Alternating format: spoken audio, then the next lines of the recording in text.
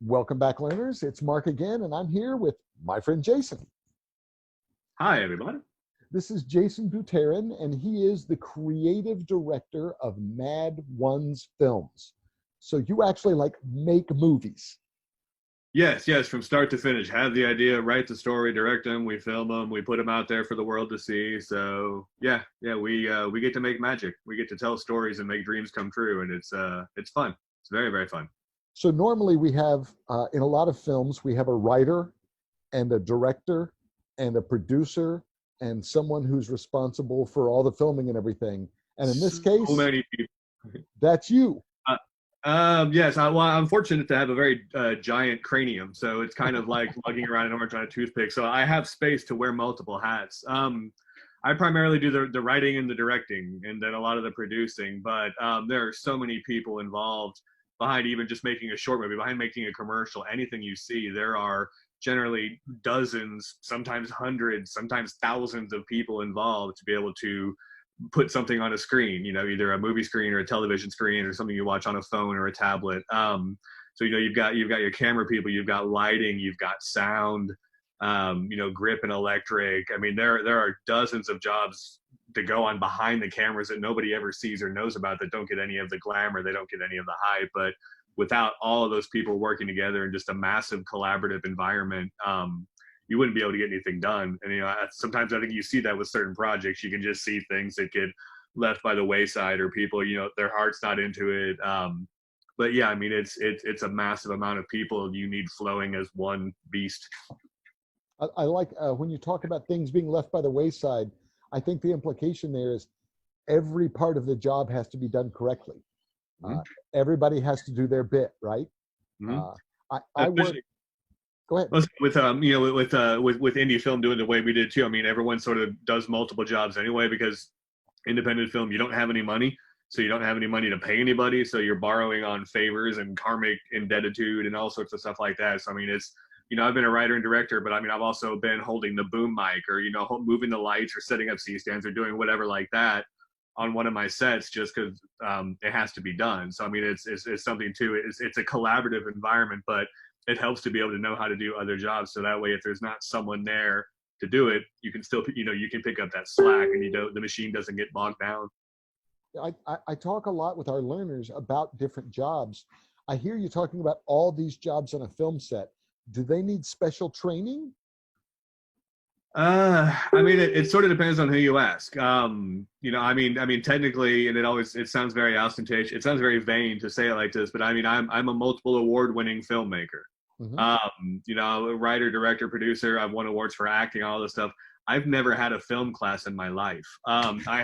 There's several shelves of books behind me about how to write a film and how to direct a film and how to produce a film, and I've never read them because I've been too busy writing, directing, and producing films. So, but I've been fortunate, because I've been doing this since 2006.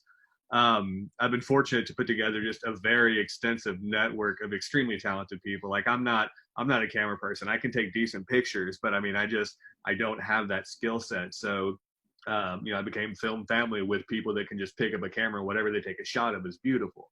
I know what I like in terms of like lighting and stuff like that, but I don't know how to be able to set that up. I don't have that artistic inclination, doing sound. All the other little, that are not little, but all the other technical things that I think definitely require an education, but there's no need. I don't see that to be, it has to be in a classroom. You don't have to go to film school to make films. All you have to do is have an idea and a phone, and you can do the entire thing on a phone or a tablet. You don't have to go to film school. You don't have to have this grand master education. You just have to want to tell a story. And if you want to do that bad enough, I mean, it's easy to, it's not difficult to be able to find ways to be able to bring that to fruition. So it just, it depends more on what's in the heart, I think, as much as what's in the brain for this. And what I hear you saying, I had an art teacher tell me towards the end of school, he said, I wondered what the next step was. And he said, there are two things you can do. You can volunteer to help someone else, or you can just go do it. You're talking about filming with a phone. There recently was like an entire feature film made with a phone, yes? Yeah, I mean they've done like commercials. I think Spike Jones shot a commercial for the new Apple or for some new phone or something. Shot the entire thing on a phone. There's been short films shot on the backup cameras they have on cars now. They shot an entire short film with the backup camera of a car. Especially with the COVID craziness and the quarantine and everything going on now, it's sort of forced people to become a bit more technically creative in that you can't just go out and film on a film set with a whole bunch of people, So I mean, people are collaborating in different remote ways, which I hope will ultimately be a good thing for filmmaking in general. But yeah, I mean it's the stuff you can do. I mean, before you used to have when you shot on film back in the day, you shot on film and you had to edit. I mean, these cameras were massive and you're lugging around these huge weights and stuff like that and huge lights and huge everything. And then now, I mean, you can write, direct, shoot, edit, chop, score, and do everything on one of these. I don't want to give Apple any credit, so I'll show a picture of my son. But yeah, I mean, everything. The microcomputer fits in your pocket now to be able to do this. And some people, you don't have to do everything. I mean, I don't think anyone should do everything. You've got certain people like Robert Rodriguez. Apparently, they can do everything, and I don't understand that. Write, shoot, direct, edit, chop, score. I mean, I think he went to cooking school. It's crazy.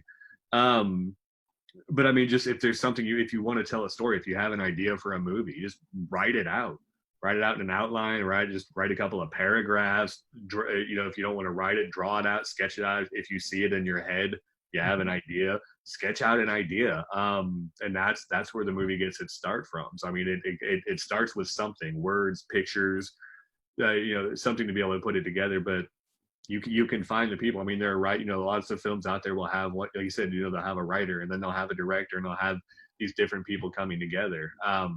There are so many online resources for filmmakers and stuff, different community-based film groups and gatherings and stuff like that have just a wide range of experience levels. So people who have never made films before but are curious, people who have done short films, people who have done professional films. I mean, it really runs the gamut.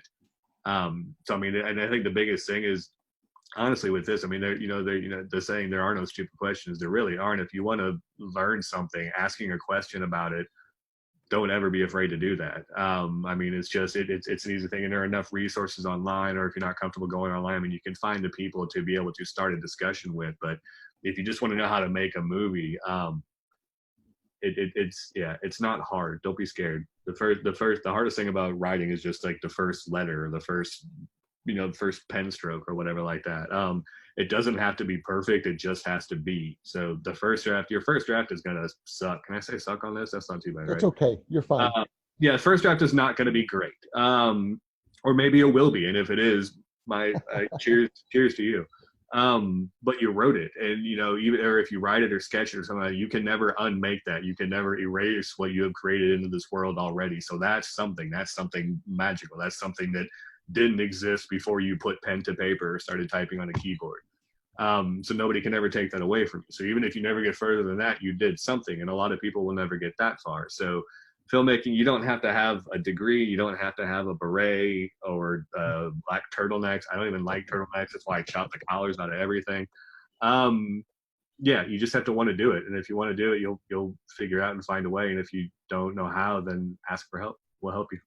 That's the best encouragement in the world. Before we go, I want you to tell everybody your new movie, Kill Giggles, is premiering soon, yes? Hopefully. It was supposed to premiere at the end of May. And then the apocalypse happened, and that put a damper on a few plans. And then we were supposed to have another screening, in June, and then that. So it's just, we're hoping right now, we're tentatively slated for Genre Blast, the Genre Blast Film Festival, which is in Winchester, Virginia, the first weekend of September. So fingers crossed that everyone wears masks and be safe and plays nice and everything else like that. That would be great. That would be fantastic. But yeah, Kill Giggles. It's a thriller horror film about a deep-seated fear I have of clowns, also known as coulrophobia. I don't like clowns. I think they're unholy, floppy-footed, foul fiends. And so, what better way to get over my crippling fear of them by making a movie where we get to shuffle them loose this mortal coil. So, but it was cool. And like I say, I mean, I've been doing this for since 2006. I think we've done 13, 14 short films. Screened at film festivals all over the world. Some of the short films have distribution. We're working on distribution for Kill Giggles, hopefully with a major studio. that we can get all that stuff done, and have something special to announce. But yeah, I mean, it started off just joining a film competition and trying it out 1 year, and then 14 years later, here I am. Nice. Woo! Fortune and glory. It's been too long since I've seen you. What, February? I know. We had one last Mysticon hurrah, and then Time has gotten weird over the past few months, but I appreciate you coming by to see us, Jaysen. of course, thank you for the opportunity. I hope it helps anybody. If anyone has any questions, you can post my face information, whatever. They can always ask us questions or whatever like that. Whatever helps. Thanks a lot, my friend. Of course. Be well. Ciao.